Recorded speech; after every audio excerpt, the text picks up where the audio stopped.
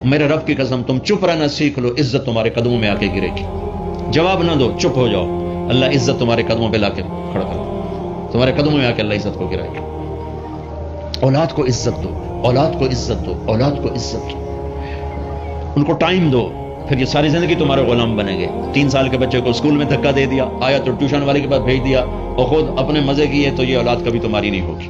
انہیں ٹائم دو اور اولاد کی خواہشات کا خیال کرو. ان پر ایسے ماں باپ ہونے کی ایسی دھونس مت جماؤ.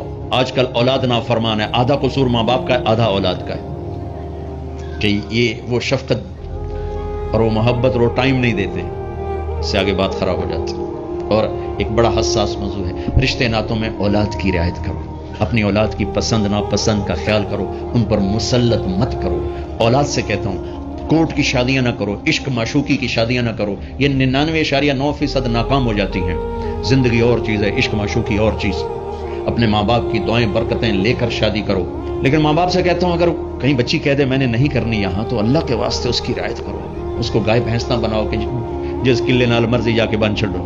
انسان ہے، جانور نہیں ہے، انسان ہے. زندگی جس نے گزارنی اس کی رعایت کرو، اس کی رعایت کرو.